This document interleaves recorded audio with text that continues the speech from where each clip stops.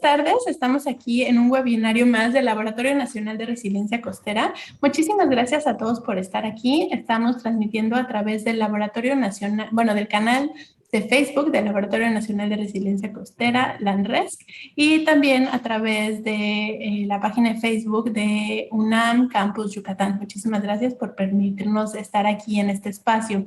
El día de hoy tenemos la presencia de la doctora María Eugenia Allende Aranda, quien nos va a hablar sobre la caracterización lagrangiana de la ruta del sargazo hacia el Mar Caribe. Les recordamos a todos que tienen abierto el chat de Facebook de cualquiera de las dos páginas donde se los mencioné, para que hagan sus preguntas a lo largo de la charla o justo al final, en el momento en que lo consideren correcto, y nosotros se las haremos llegar a la doctora. También quiero comentarles que si quieren recibir nuestros anuncios sobre estos webinarios y las demás actividades que tiene el laboratorio, pueden entrar a la página www.lanresc.mx, y al final de la página principal tenemos un pequeño menú en donde ponen su correo electrónico, aceptan recibir nuestros mensajes y con mucho gusto les estaremos enviando toda la información disponible. Voy a presentar a la doctora. La doctora María Eugenia Allende Arandía es oceanóloga egresada de la UABC con una maestría en Oceanografía Física por el CICESE y posteriormente realizó un doctorado en Ciencias de la Atmósfera en el Centro de Ciencias de la Atmósfera de la Universidad Nacional Autónoma de México. Ella ha trabajado principalmente en la interacción océano-atmósfera en diferentes regiones, tanto el Golfo de México y el Golfo de California, y también ha trabajado a diferentes escalas de tiempo, desde la sinóptica hasta climática. Ya nos explicará qué es eso. Haciendo uso de datos medidos en campo y también de modelos numéricos regionales.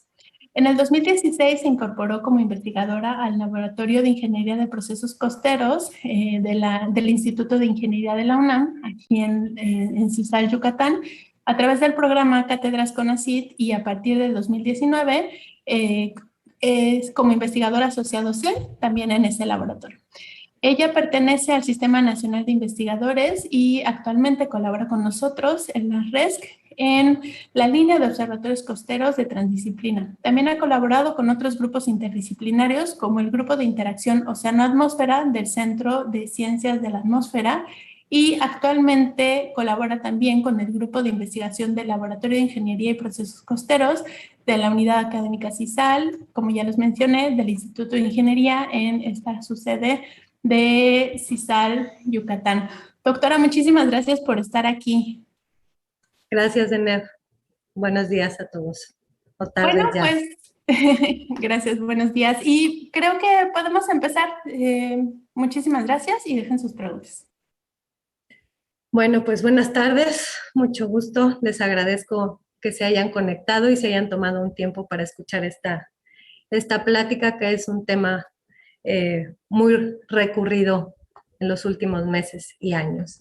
Y bueno, pues el día de hoy les voy a platicar un poco acerca del trabajo que hemos estado haciendo en un grupo formado por varios investigadores, entre ellos el doctor Appendini, el doctor Durán, la doctora San Vicente. Y el día de hoy voy a hablar un poco acerca de los resultados que hemos obtenido del uso de diferentes métodos estadísticos para saber un poco acerca de la trayectoria que esta alga ha tenido a lo largo del tiempo.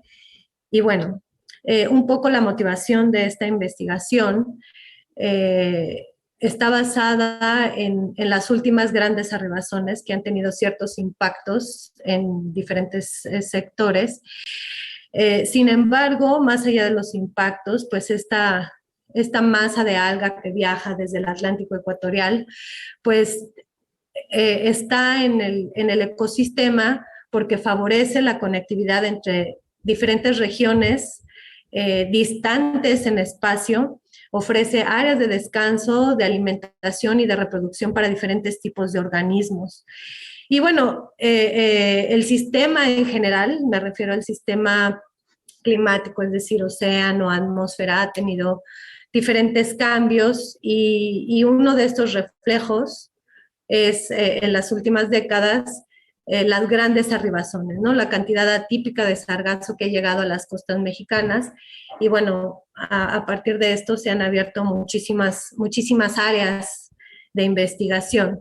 Estos impactos que les mencionaba yo, pues son no solo impactos ecológicos en las zonas costeras, sino también sociales, ¿no? Y económicos, ya que las costas mexicanas a las cuales ha afectado esta cantidad atípica de sargazo, pues se encuentran en el estado de Quintana Roo, ubicado en la península de Yucatán, y bueno, como sabemos, el sector turismo es la base de la economía en esta región, ¿no? Entonces, pues afecta a la llegada del turista y eso afecta al sector hotelero, que al final es el empleador de la mayor parte de la población en Quintana Roo, ¿no?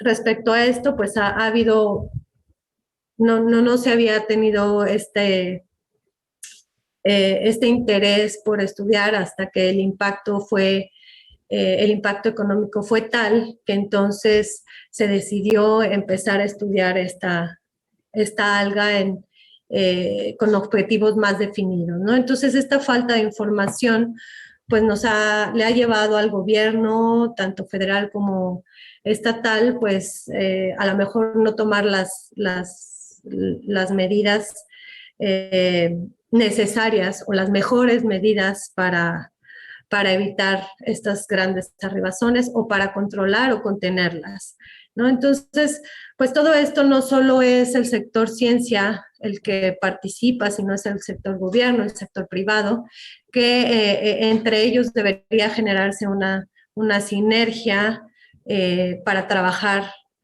este tema, ¿no? Entonces, bueno, a todo esto nos lleva a tener o a poder lograr un manejo costero integral, ¿no? Como una medida de adaptación a este fenómeno que ha ocurrido en las últimas décadas.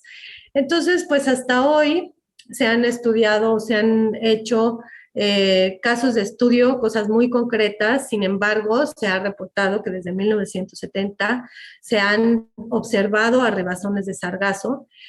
Y bueno, estos cambios en el clima, en general, océano, atmósfera, zonas costeras, terrestres, etcétera, pues han hecho que en conjunto todos estos factores den lugar a un incremento en la cantidad, frecuencia y duración de estas arribazones.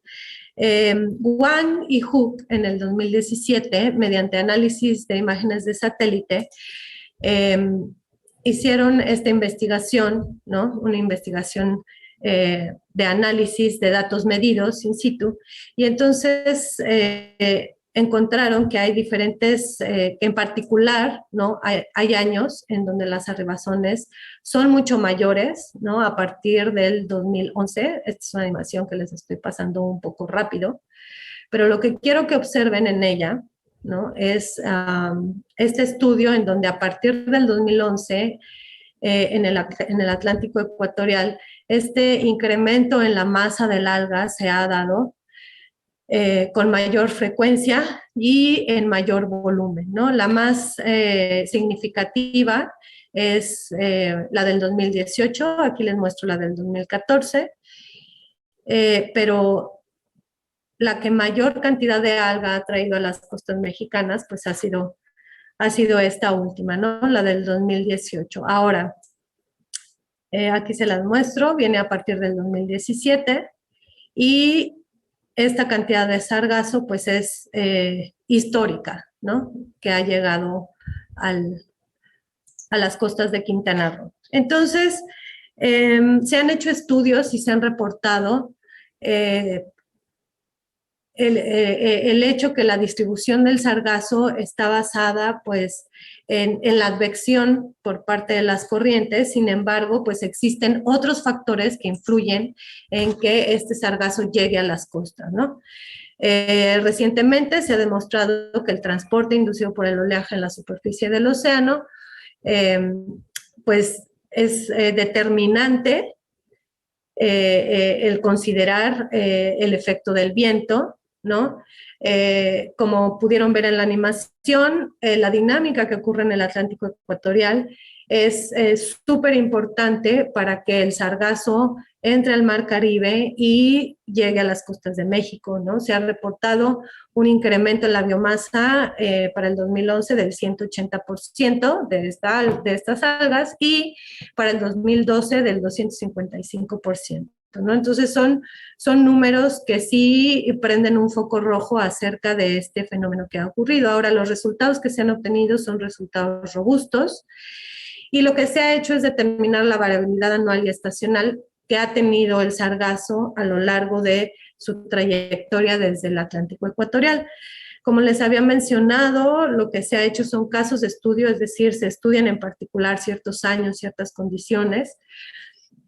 Y bueno, se ha encontrado que el 79% de la variación anual en la abundancia del sargazo pues está asociada a esta dinámica del Atlántico ecuatorial. Ahora, definitivamente existe una gran conectividad a lo largo de esta variación en las corrientes, desde la contracorriente norecuatorial y la dinámica de las corrientes que existe en el Mar Caribe. Y a esto, pues, sumarle el efecto del viento y del oleaje cuando llega a estas regiones costeras. Con todo este marco, ¿no? El proyecto, este estudio está basado en un proyecto o está en el marco de un proyecto más grande, ¿no? Que tiene como objetivo establecer un sistema de alerta temprana para la toma de decisiones oportunas. Sin embargo, hasta ahorita los pronósticos o las alertas tempranas que se han hecho por diversas instituciones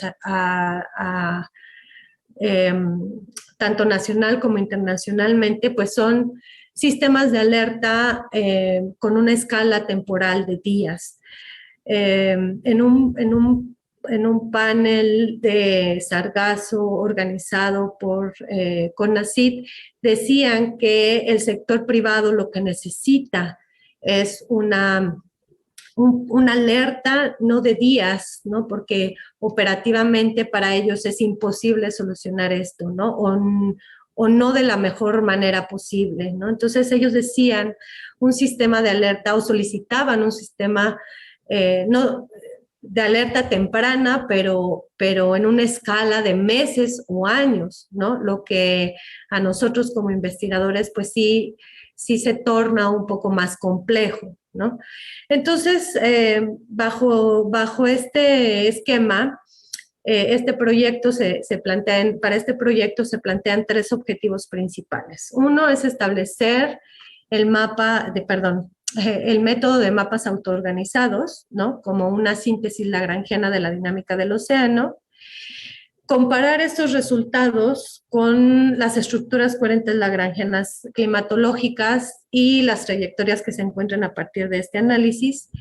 Y por otra parte, analizar el efecto del forzamiento del viento, tanto en la caracterización de las estructuras coherentes lagrangianas como en los mapas autoorganizados. En unos minutos les platicaré un poco más acerca de estas metodologías, pero como les mencionaba en un inicio, lo que estamos buscando son alternativas estadísticas que nos permitan tener este sistema de alerta con escalas espaciales, espaciotemporales de diferente orden. Entonces, bueno, los datos que se utilizaron para estos resultados que les voy a platicar son los datos del HYCOM, ¿no? Se utilizó la serie de 1994-2018, se utilizó los datos del CFSR, igual para el mismo periodo de tiempo, se hizo un análisis de estructuras coherentes lagrangianas para poder encontrar los patrones de transporte recurrentes o persistentes en la región de estudio, se hizo un análisis de mapas autoorganizados, los cuales están basados en el uso de redes neuronales artificiales sin supervisión, y posterior a eso pues se hizo un experimento lagrangiano con partículas totalmente numéricas, con un modelo de advección-difusión desarrollado por el Grupo de Interacción Océano-Atmósfera del CCA de la UNAM. Del lado derecho les muestro la región que utilizamos para hacer este estudio y de ahí me enfocaré un poco más al Caribe y posteriormente haremos un caso de estudio para las costas de Quintana Roo.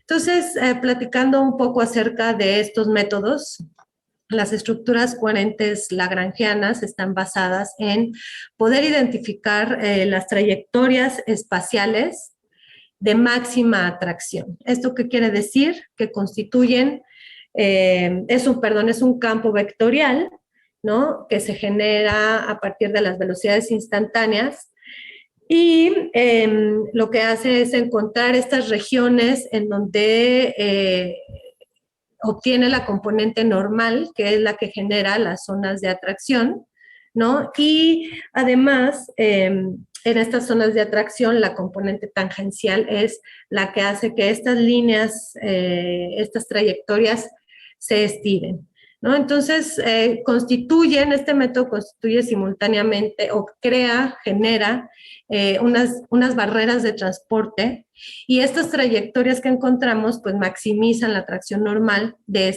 las trayectorias más cercanas a esa región, ¿no? Entonces, lo que hacen es que organizan y caracterizan el transporte lagrangiano.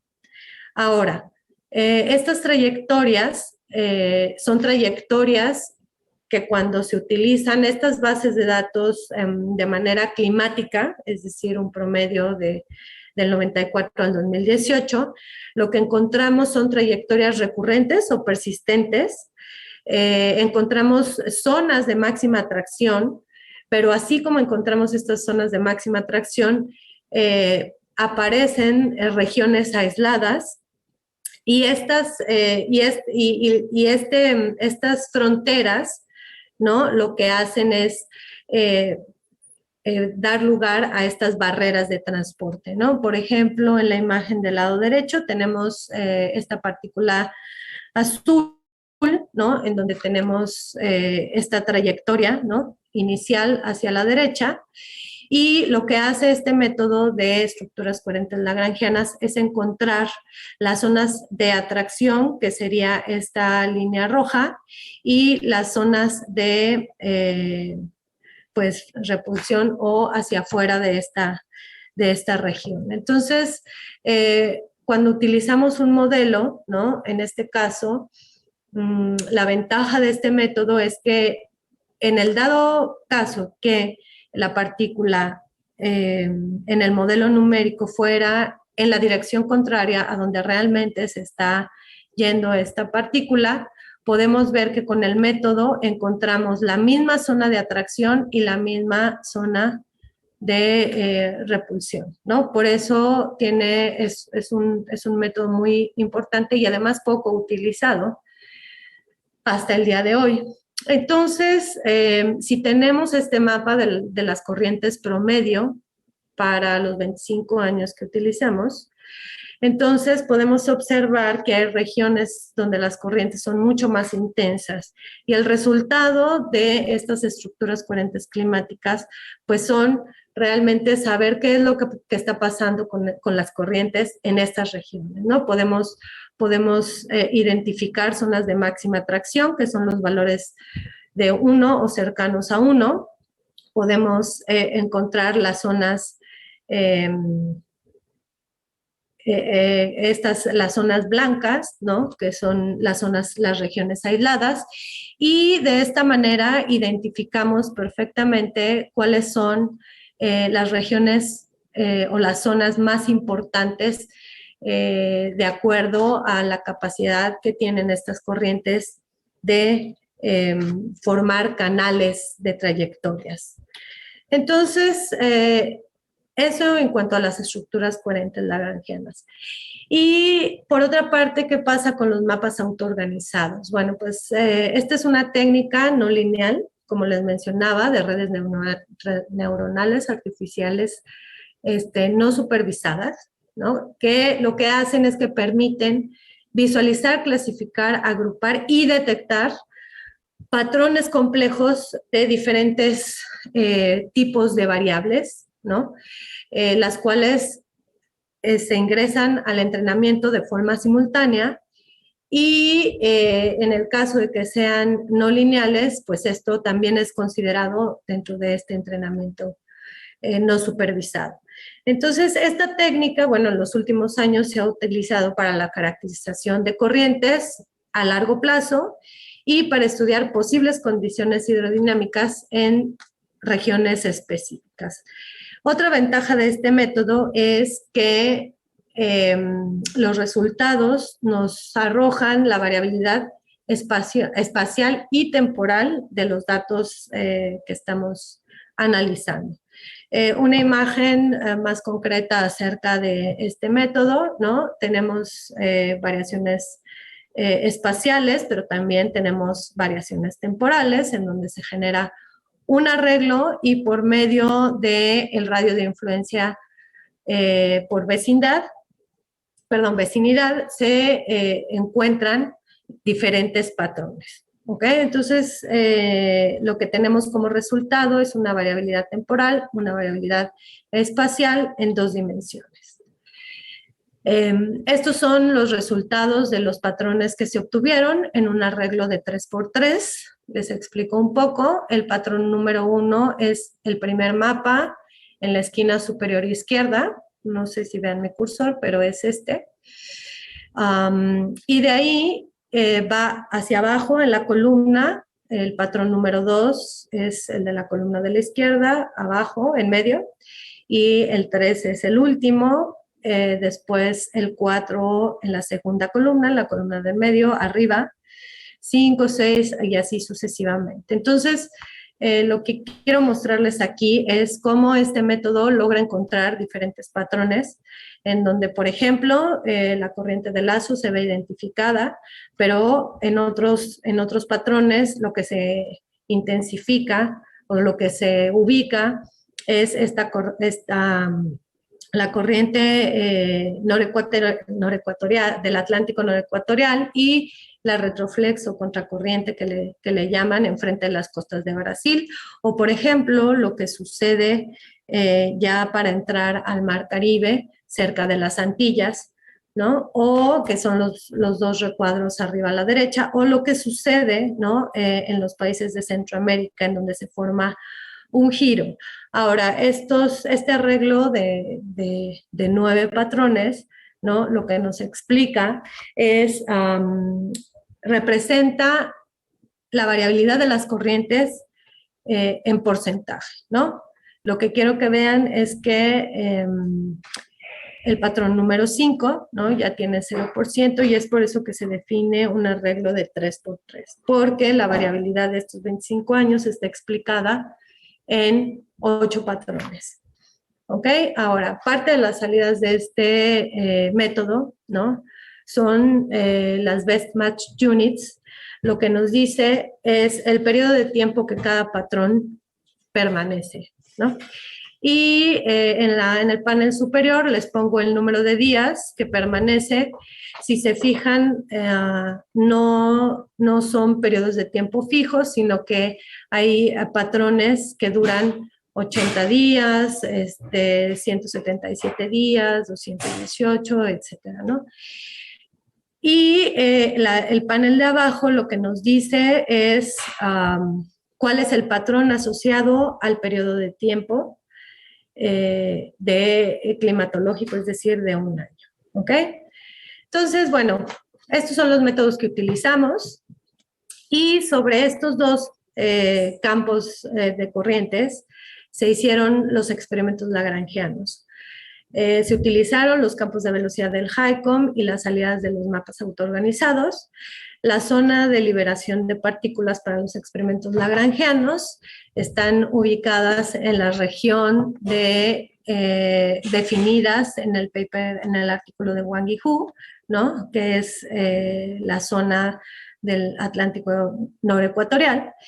Se definió una malla, ¿no? de 17 por 9 celdas, eso equivale a 153 nodos. La resolución espacial entre nodo y nodo es de 1 grado y en cada nodo se liberaron 100 partículas. Estas partículas se liberaron durante un año, ¿no? Climatológico, durante cada tercer día. En el caso de los OMS, lo que se hizo es que se reacomodaron los patrones para cada periodo de tiempo que le correspondía y abarcando el tiempo que nos marcaban los BEMUS. Y de esta manera se construyó un año calendario y se hicieron 3 tipos de experimentos. Se hizo un experimento lagrangiano sin viento, considerando el 1% del viento y el 2% del viento asociado a marea de tormenta. Entonces, rápidamente les voy a presentar un poco de los resultados de estos estudios y en esta figura les presento el experimento sin viento, ¿no?, del acumulado anual de todo el dominio de acuerdo al mes de liberación. ¿Esto qué quiere decir? Por ejemplo, si nos situamos en el mapa que dice liberadas en enero, ¿no?, se hizo la suma acumulada hasta 365 días. Y lo que quiero que noten en particular es que la llegada de las partículas tanto al Mar Caribe como a la región de la península de Yucatán definitivamente depende de la estacionalidad de las corrientes y ahorita vamos a ver cuál es la importancia del viento. Sin embargo, hay meses en los que solo considerando las corrientes superficiales, pues la llegada de las partículas o del número de partículas numéricas hacia la península de Yucatán, pues no es significativo. Otra cosa que quiero que noten, esto sucede, por ejemplo, en los meses de junio, a partir de mayo, las nacidas liberadas en mayo, junio y julio, agosto, por ejemplo, ¿no? Pero otra cosa que quiero que vean es cómo hay meses como las partículas liberadas durante los meses de octubre, noviembre, son muy pocas las partículas que entran al Caribe y que llegan, ¿no?, a la península de Yucatán. Ahora, si lo que queremos es encontrar la relación de las velocidades instantáneas, que son estas, con los métodos estadísticos que estamos utilizando, se hizo el experimento para los datos de los mapas autoorganizados. El experimento es igual, no tiene viento, ¿no? Y aquí les muestro el mapa que se obtuvo para cada uno de estos patrones, ¿ok? Y lo que quiero que vean es que el patrón de mayor ocurrencia está asociado al patrón número 8, ¿no?, que tiene un 14.52%. Esto es lo que está ocurriendo a lo largo de un año, ¿no? Pero cabe señalar que si se fijan, todos los patrones están por arriba del 10% de ocurrencia y estas características muy particulares que les decía de los meses que nacen, que se liberan, por ejemplo, en junio y julio, que no entran tanto al Caribe y no llegan a la península de Yucatán, también se observan en las velocidades de los SOMS, ¿no? También estas características en donde recorren la parte noreste del Caribe, perdón, hacia afuera del Caribe, ¿no?, que no entran al Caribe, también se puede observar en este análisis de los mapas autoorganizados. Entonces, bueno, esto nos da un indicio de que efectivamente los patrones encontrados con este sistema, este método de mapas autoorganizados, pues nos puede representar de manera general la dinámica que está ocurriendo o que se observa en las corrientes superficiales. Entonces, con los resultados obtenidos de las barreras de transporte en el Mar Caribe, ¿no?, perdón, de las estructuras coherentes lagrangianas, y pensando en ellas como barreras de transporte, ¿no?, lo cual ya se ha publicado por el doctor Durán, colaborador también de este proyecto, ¿no?, que aquí les muestro un poco acerca de ese trabajo, pero lo que quiero que vean es cómo en realidad las partículas siguen estas líneas, estas estructuras lagrangianas coherentes, ¿no?, y que funcionan como como una barrera que no permite que las partículas crucen y lleguen a la zona costera, ¿no? Aquí les dejo su página donde pueden revisar estos trabajos. Y entonces, yendo un poco más específicos o hablando un poco más en particular del Caribe mexicano, se definieron 10 zonas estratégicas. Aquí les muestro la ubicación, se establecieron en polígonos irregulares, ¿no? Y va de la 1 a la 10, terminando en Centroamérica, y tratando de abarcar estas regiones de máxima atracción encontradas por las estructuras coherentes lagrangianas. Entonces, a partir de aquí les voy a mostrar, ¿no?, cómo es que la acumulación de partículas se da en las diferentes zonas. Y voy a resaltar solamente algunos puntos. En el panel de arriba son los datos instantáneos del HYCOM, acumulado mensual por zonas de acuerdo al mes de liberación. Y en el panel de abajo tenemos las partículas acumuladas con los experimentos hechos con los mapas autoorganizados. Entonces, la zona 1, ¿no?, está ubicada en el canal de Yucatán. Y lo que quiero que vean es cómo el efecto del viento, esto ya ha sido muy estudiado, pero el efecto del viento es importante y sorpresivamente no siempre es lo que determina la llegada de las partículas a la región de la península de Yucatán. Entonces, por ejemplo, en el caso del canal de Yucatán, lo que tenemos es que para que las partículas lleguen o entren a esta región y puedan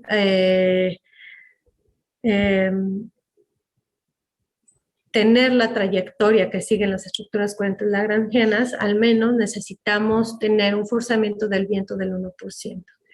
Y lo que quiero que noten es, y lo puse así de esta forma para que ustedes vean cómo efectivamente este comportamiento, esta variabilidad de acumulación de las partículas se conserva tanto en las velocidades instantáneas del HYCOM como en las velocidades obtenidas por los patrones de los SOMS. Ahora, hay que considerar que, bueno, es algo que todavía nos falta por hacer para que salga esta publicación, pero definitivamente cuando un patrón de corrientes superficiales se conserva por cierto periodo de tiempo, lo que encontramos fue que en algunas zonas el número de partículas acumuladas por las velocidades de los SOMS es un orden o 2 órdenes de magnitud mayor al de las velocidades instantáneas, ¿okay? Pero bueno, eso ya se los daré en otra plática. Entonces, bueno, pasando a la región 2, podemos observar que en este caso, el 2% del viento, que es la línea azul, es más importante para una acumulación significativa. Sin embargo, no quiere decir que no lleguen las partículas. Como les decía, basta el 1% del viento como para que comiencen a llegar a la región de la península de Yucatán. Ahora, quiero que noten, voy a regresar un poco a la diapositiva anterior, que es la zona 1. En este caso, sí es importante el viento, pero eso no quiere decir que en los experimentos en donde no se consideró el viento no lleguen las partículas, a diferencia de la zona 2, ¿no? La llegada de las partículas, la acumulación de partículas es muy poca en relación al efecto que tiene el viento para que éstas lleguen a la península. Me voy a ir un poco más rápido. En la zona 3 tenemos que el viento del 2% es el que hace que lleguen la mayor cantidad de partículas.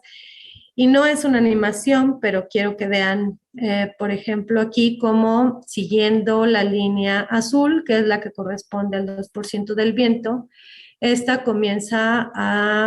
acumulación de partículas comienza a disminuir conforme nos movemos entre las zonas del canal que está ubicado en Honduras, en Nicaragua y Jamaica, ¿no? Y todavía disminuye más cuando llegamos a la zona de Jamaica y Haití, y todavía disminuye muchísimo más cuando llegamos al canal de República Dominicana y Puerto Rico. Y lo que quiero que vean entre la zona 6, que es la del canal de Jamaica, Haití, y la de República Dominicana y Puerto Rico, es que resulta que el viento entonces ya no es tan importante, ¿no? Para que haya una acumulación significativa de partículas. ¿Qué pasa en las Antillas? Bueno, pues en las Antillas menores, al norte de estas, que es la zona 8, entonces el viento del 1% genera una mayor acumulación. Sin embargo, por esta región se acumulan más partículas si no hubiera viento. La penúltima zona es la de las Antillas Menores Sur, ¿no? Donde aquí el viento cobra importancia otra vez en mayor medida, ¿no? Y bueno, pues tanto el 1% como el 2% del viento hacen que las partículas se acumulen en esta zona de manera significativa. Y por último, la región 10, que es la de Centroamérica, en donde prácticamente sin un viento del 2%, pues no llegarían partículas o llegarían muy, muy poquitas, ¿no? Incluso teniendo aquí, quiero señalar o resaltar que en el caso de los patrones, ¿no?, obtenidos por los SOM, pues llegan menos partículas que con las velocidades instantáneas. Entonces, haciendo un breve resumen acerca de esto y para hacerlo un poco más visual, les marco aquí las zonas en donde la mayor acumulación de partículas se da: sin viento, con viento del 1% y con viento del 2%. Entonces, como pueden ver, se ha regionalizado la influencia del viento. Y entonces, si pasamos de todas estas regiones del Mar Caribe hacia un poco más cerca de nuestra área de interés, que es las costas de Quintana Roo, en la península de Yucatán, les pongo aquí una imagen de las estructuras coherentes lagrangianas. Y estas estructuras, ¿no?, lo que nos generan son este canal, ¿no?, esta región aislada, pero tenemos aquí una zona de máxima atracción, la cual genera una barrera en toda esta región. Entonces, hasta ahorita lo que hemos encontrado es que estas imágenes son como las que les había mostrado, nada más que aquí está de forma mensual. El otro era un acumulado de todos los meses, pero aquí lo que quiero mostrarles es para esta zona 2, que son la costa de Quintana Roo, lo que se tiene es que, pues sin viento no llegan, ni con las velocidades instantáneas ni con los SOMs, ¿no? Pero cuando empezamos a tener la influencia del viento, pues empiezan a llegar las partículas. Les voy a explicar un poco cómo están diseñadas estas figuras, ¿ok? Cada color de las líneas indica un mes de liberación.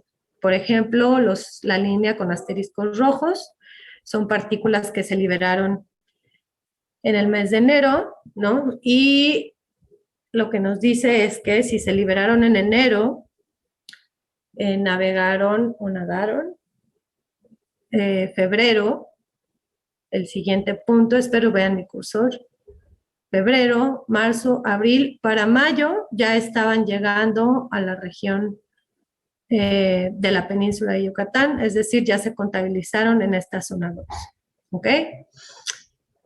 Ahora, les marco aquí, ¿no?, un ejemplo de cómo es que el método de los mapas autoorganizados es muy similar a los datos del HYCO.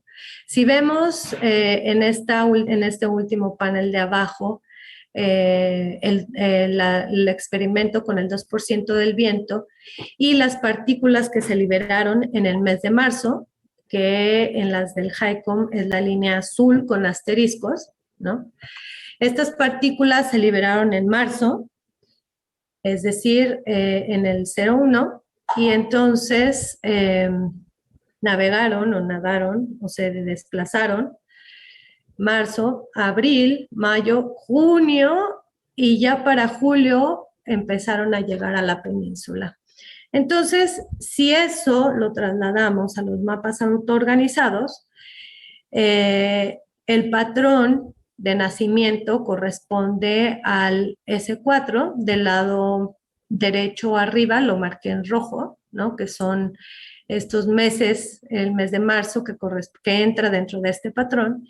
Y entonces navegó 4 patrones, ¿no? Que sería el 4, el 7, el 8, ¿no? Y el 9.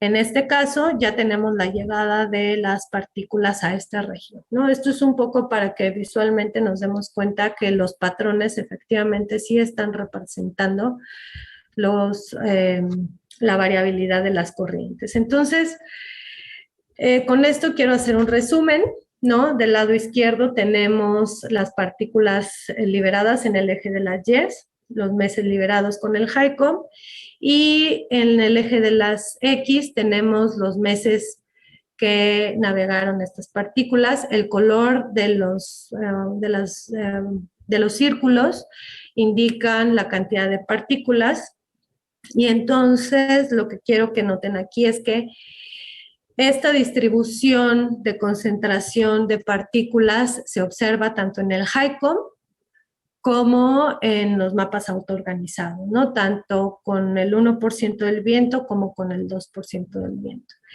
Y de los resultados más relevantes de esto son, pues para la región 2 o la zona 2, al menos necesitaríamos el 1% del viento para que llegaran las partículas a esta zona, ¿no? En promedio, ¿no? Dependiendo de qué mes se liberen, en promedio se tardan 3 meses desde el Atlántico ecuatorial hasta llegar a la zona 2, al menos las primeras partículas. Y tenemos que las partículas liberadas durante los meses de septiembre, octubre, noviembre y diciembre, que es el recuadro verde, ¿no? Con el 1% del viento, son las que liberadas en estos meses se encuentran en mayor número en la zona 2. A diferencia de con el 2% del viento, las partículas, el mayor número de partículas se encontró cuando estas fueron liberadas en los meses de marzo, abril, mayo y junio. ¿Ok? Esta misma variabilidad, tendencia de acumulación se representa con los mapas autoorganizados. Y aquí les muestro cómo es que estas partículas alcanzan a llegar. Es un ejemplo de las partículas nacidas en el mes de abril. Mientras más azul, más acumulación de partículas tenemos. Entonces, si nos enfocamos en la región de la zona de Quintana Roo, de la península de Yucatán, sin viento podemos ver que tarda hasta 3 meses en apenas llegar. Las partículas comienzan a entrar, ¿no? Por la región de las Antillas Menores, al sur de las Antillas Menores, ¿no? Sin embargo, esta entrada empieza a desviarse, ¿no? Hacia la zona de Jamaica y Haití, ¿ok? Y prácticamente se queda en las Antillas y al norte del Mar Caribe. Una vez que ponemos el viento, lo que se observa es que la mayor cantidad de partículas que llega a la zona de Quintana Roo pasa o llega a la región por la parte sur del Caribe, ¿ok? Definitivamente el viento es un factor muy importante dependiendo de la región que estemos estudiando. Hay eventos de mesoescala y de mayor escala que afectan. El viento es un factor y una componente que se debe de tomar en cuenta, ¿no? Y más hablando acerca de las corrientes superficiales, ¿no? De la dinámica superficial. Y bueno, en resumen de todo esto que les acabo de platicar, rápidamente lo podemos poner en 7 frases, ¿no? Las estructuras climáticas, definitivamente, las estructuras coherentes lagrangianas climáticas, definitivamente identifican estas trayectorias recurrentes del sargazo, funcionan como barreras de transporte, ¿no? Y también representan o nos pueden decir el ciclo anual de estos patrones de transporte. Ahora, por otra parte, existe una relación significativa entre la acumulación de partículas en cada zona, entre la climatología del HYCOM con los patrones del ozono. El viento es determinante, ¿no? Aquí les puse eso que les había yo mostrado en los mapas con colores, aquí se los resumí un poco, las zonas más importantes respecto al efecto del viento, y en particular en el Caribe mexicano y en las costas de Yucatán, lo que se tiene es que definitivamente entran por la zona 3, que es sobre la plataforma pegada a Nicaragua y a Yucatán, por estas estructuras coherentes de máxima atracción que se forman.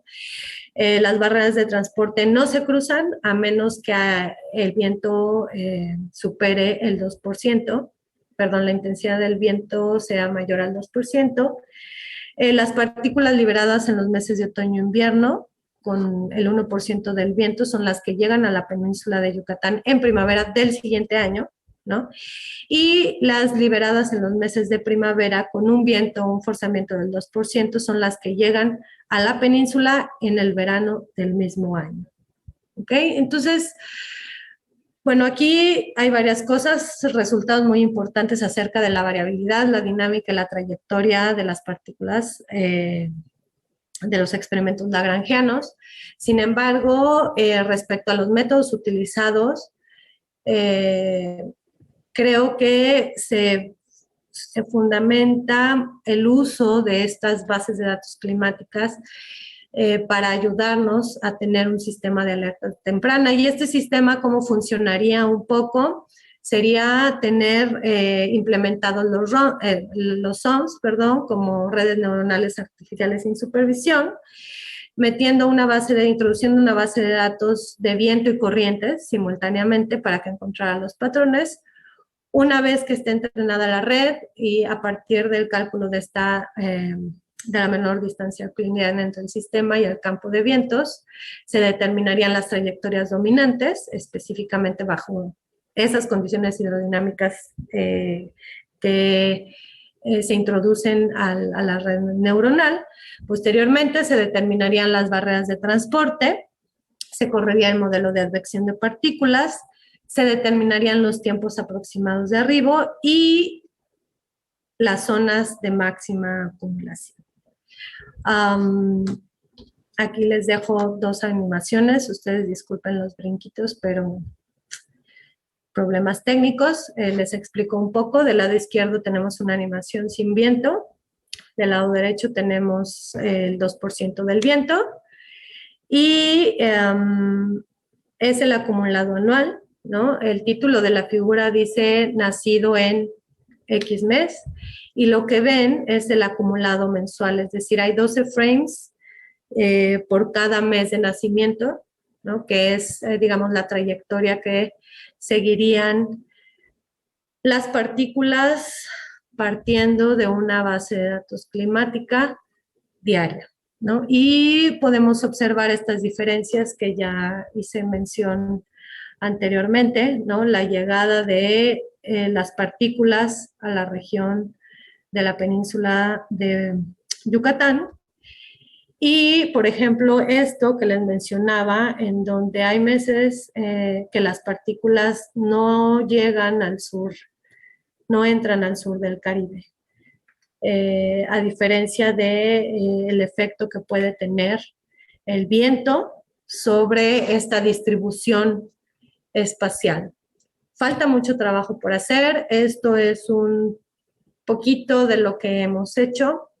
Espero en breve poder tener el artículo de estos resultados, tanto la metodología como la caracterización de estos experimentos lagrangianos. Y bueno, pues por mis partes todo, no me queda más que agradecerles por haberme escuchado este ratito. Gracias. Muchísimas gracias, doctora María Eugenia Allende Arandía, por presentarnos esto. La verdad es que el sargazo es un tema que, a pesar de que hay tanta gente estudiándola, todavía tenemos un montón de dudas que hay que resolver y bueno, toda esta información va a ir agregando un poco de entendimiento a este problema. Les recordamos que estamos transmitiendo totalmente en vivo y pueden seguir haciendo sus comentarios. Muchísimas gracias a las personas que nos mandan saludos desde Ecuador. Muchísimas gracias por estar viéndonos. Y doctora, te hago un par de preguntas, ¿no? Nos preguntan, ¿qué tipo de información o datos facilitaría o mejoraría las predicciones para conocer las trayectorias, para conocer mejor las trayectorias del sargazo? O sea, más datos in situ, del mar, información satelital, vistas en aviones, etcétera, etcétera. Pues yo creo que pues toda la información es valiosa, ¿no? El detalle aquí es que abarca una extensión, un área en el espacio no tan grande, ¿no? Que sería como, digamos que la herramienta más práctica al día de hoy serían las imágenes de satélite, que están consideradas como una medición de datos in situ. Aún se siguen trabajando los algoritmos para descartar lo que es clorofila y poder identificar solo la mancha de sargazo. Y bueno, los datos medidos, considero yo que es uno de los elementos más valiosos que existe en la ciencia, ¿no? ¿Qué datos faltarían? Pues depende de la escala que quieran estudiar, ¿no? Depende de la pregunta que quieran responder. Esto es una escala espacio-temporal muy grande, ¿no? Nos falta resolver a una escala pequeñita, ¿no? Que es lo que realmente, a lo que pues todos quisiéramos llegar, que sucede cerca de la costa, ¿no? Pero creo que deberíamos, y ya se está empezando a hacer, ¿no? Todas estas sinergias de colaboración de instituciones, tanto nacionales como internacionales, para que cada quien aporte su pedacito, ¿no? Dependiendo de la región que estudia. Y bueno, pues datos medidos, corrientes, por ejemplo, esta es física, ¿no? A esta física le falta las propiedades biológicas del sargazo, por ejemplo, tasa de reproducción, ¿no? Esto es una concentración fija de sargazo, ¿no? Perdón, de partículas que simulan ser sargazo, pero no simula su crecimiento natural, por ejemplo, ¿no?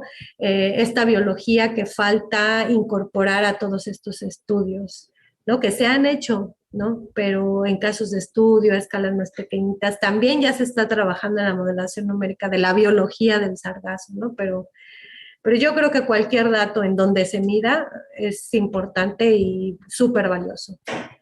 Pues siguiendo con la última idea que nos comentas, voy a leer algo que nos pusieron en el chat, ¿no? Justo que si la vaca es redonda y esférica, dice que qué tan válido es simular el transporte del sargazo como si fueran partículas inertes, y nos acabas de decir que faltan un montón de cosas, pero nos agregan que si se pueden correr los modelos, o sea, que si con la información de lo que sabemos que ya pasó, si se puede ver si los modelos están prediciendo lo que sí está pasando, por lo menos en años pasados, ¿no? Para validar los resultados y luego ya hacer las predicciones. ¿Se puede esto? ¿Se hace?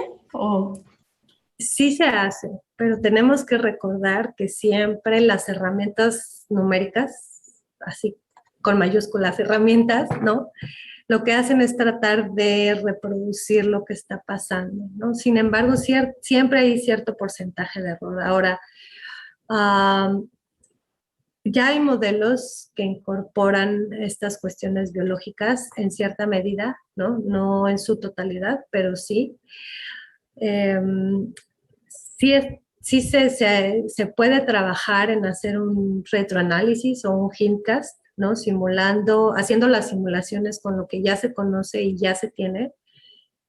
Eh, Sin embargo, creo que a esta línea le falta eh, más factores físico-químicos, ¿no? Por ejemplo, para contestar su pregunta, sí se puede hacer, ¿no? Pero yo considero que todavía falta, por ejemplo, incluir la temperatura, ¿no? Incluir una mayor resolución espacial, incluir el efecto de flotabilidad, ¿no? El otro día estaba leyendo que creo que digamos, el espesor de la mancha de sargazo es como de 30 centímetros, entonces, ¿qué tanto arrastre por viento tendríamos que utilizar, ¿no? Para realmente simular de la mejor manera? Ahora, los registros que se tienen, ¿no? Si son datos de satélite, la escala espacial es muy burda, ¿no? Muy poca, pero por ejemplo se podrían hacer estudios más costeros en donde se sabe cuánto es la masa que llegó, ¿no? Y son otras escalas, pero sí creo que se pueden hacer y bueno, siempre considerando esta incertidumbre, ¿no? Este error y teniendo en cuenta que son herramientas, ¿no? Herramientas numéricas. Sí, al final es una forma más de analizar los datos. Nos habías dicho a lo largo de la plática y con los resultados que ustedes obtuvieron que el viento importa, ¿no? Y nos habías hablado sobre las modelaciones que hacen en un año con viento y en un año sin viento. También nos acabas de decir que hay un límite para tanto de cómputo como de las herramientas que existen. Y lo que nos preguntan es si pueden hacer los modelos más complejos en donde cambian las intensidades de vientos por mes, pensando en que tenemos meses que hay huracanes y tormentas y hay otros meses que no. ¿Eso se puede? Sí ¿Eso se se puede, hace? sí se puede, no lo hemos hecho, pero o sea, utilizar ese tipo ese diseño de experimentos, ¿no? Hay dos opciones. Una, hacerlo como casos de estudio, ¿no? Por ejemplo, para un año en particular, uno podría utilizar los datos de ese año en particular y entonces ver qué condiciones atmosféricas había en ese momento. Ahora, la forma de diseño de estos experimentos minimiza el error acerca de estas variaciones atmosféricas porque el 1% de un viento pequeño o de menor intensidad pues es muy poquito, ¿no? A diferencia de que si tengo un viento muy intenso, pues el 1% ya es significativo. Entonces, el hecho de introducir el viento en manera del porcentaje asociado nos da digamos, representa esta variabilidad atmosférica estacional, ¿no? O sea, el 2% de un viento poco intenso, pues es muy poquito a comparación de las velocidades de un huracán o de una tormenta, ¿no? Es por ello que se considera así. Ahora, definitivamente se puede utilizar el viento in situ o el viento para ese caso de estudio, se puede introducir, ¿no? Ahora, los artículos y los estudios que se han hecho para simular este tipo de experimentos lagrangianos o para ver la contribución del viento sobre las corrientes superficiales, está asociado a un porcentaje, ¿no? Para considerar estas variabilidades, esta variabilidad temporal que tiene la atmósfera. Ok, ok, perfecto. Oye, María Eugenia, nos acercamos al final, nos quedan unos minutitos. Sabemos que esta plática sobre el sargazo y el mar Caribe, bueno, estaba enfocado hacia el mar Caribe, ¿no? Pero nos preguntan que si existe también llegada de sargazo a las costas de Campeche, Tabasco, Veracruz o incluso Tamaulipas, ¿no? O sea, hacia el Golfo de México, y si estos modelos lo predicen o no, y en qué épocas o meses podemos encontrar ese material, o los datos de los modelos que nos presentaste no dan tanta resolución para el interior del Golfo. Sí dan, sí llegan, solo que no las contabilizamos, ¿no? pensando en estas estructuras coherentes, ¿no? No, no, no, no planteamos zonas adentro del Golfo, pero no sé si se fijaron en las animaciones, eh, con un viento con los experimentos de viento de 2%, sí llegan y llegan bastantes, alrededor se acumulan más de 1.500 partículas en la región de Tamaulipas, etcétera. Donde menos llega es, digamos, a la zona de la península, la costa oeste de la península, ¿no? Que es la zona de Campeche, Tabasco, pero sí llega y todo depende del viento. No, no puedo decir cuánto porque no definimos polígonos, no hemos hecho el conteo, pero sí llega y con estos resultados sí se podría saber, ¿no? Definiendo la zona que necesiten, ¿no? Entonces, esto es como el planteamiento de un sistema de pronóstico de gran escala, ¿no? Validar estos métodos y ver que sí, efectivamente se puede contabilizar, ¿no? Y con la climatología, pues estamos hablando de un promedio de años de corrientes, pero sí se Perfecto. puede. Pues solo nos queda estar atentos de los resultados de las publicaciones del equipo con el que colabora la doctora María Eugenia Allende Arandía. Y vamos a estar atentos y se los compartimos aquí por la página de la ANRES y bueno, también para futuros experimentos, ¿no? En donde ya hablen sobre casos específicos. Muchísimas gracias por estar con nosotros, doctora. La verdad es que fue un gusto y muy interesante el tema. Hay muchos saludos en Facebook y también quiero agradecer a todas las personas que nos estuvieron viendo desde Tabasco, Tamaulipas, Honduras y también hasta Puerto Rico. Muchísimas gracias a todos. Más comerciales. Los invito a que el 1 de octubre, viernes 1 de octubre, estén con nosotros.